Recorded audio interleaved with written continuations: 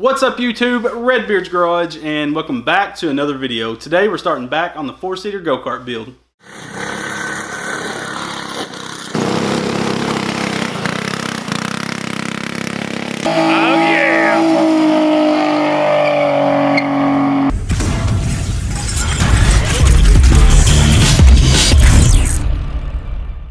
Now last time we got quite a bit done on this frame. We got the floor plan built and the back section of the go-kart that's going to attach to the front of the roll cage. Now today we're going to try to do a little bit on the front end and the sides and go ahead and get all that buttoned up, as well as the frame for the dashboard. One thing I did want to know is this takes a ton of time, guys, so bear with me the next few weeks.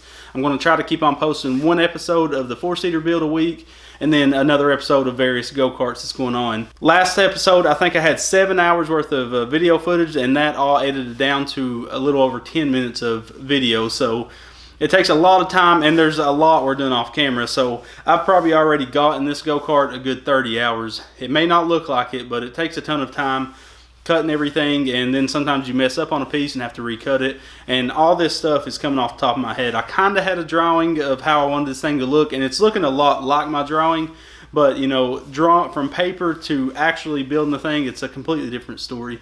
So without holding y'all up anymore, let's jump right into this frame and get to welding.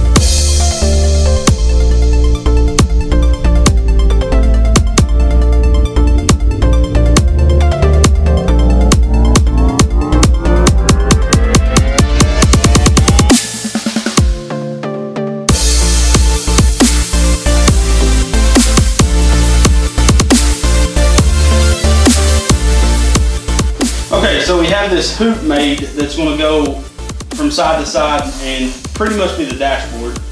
So we're about to set it 5 inches from this corner right here and tack weld it in place. My welder is out of gas. It ran out tonight, and I'm going to get some more gas, so we're not going to be able to do too much more, but I'll be able to at least tack everything into place.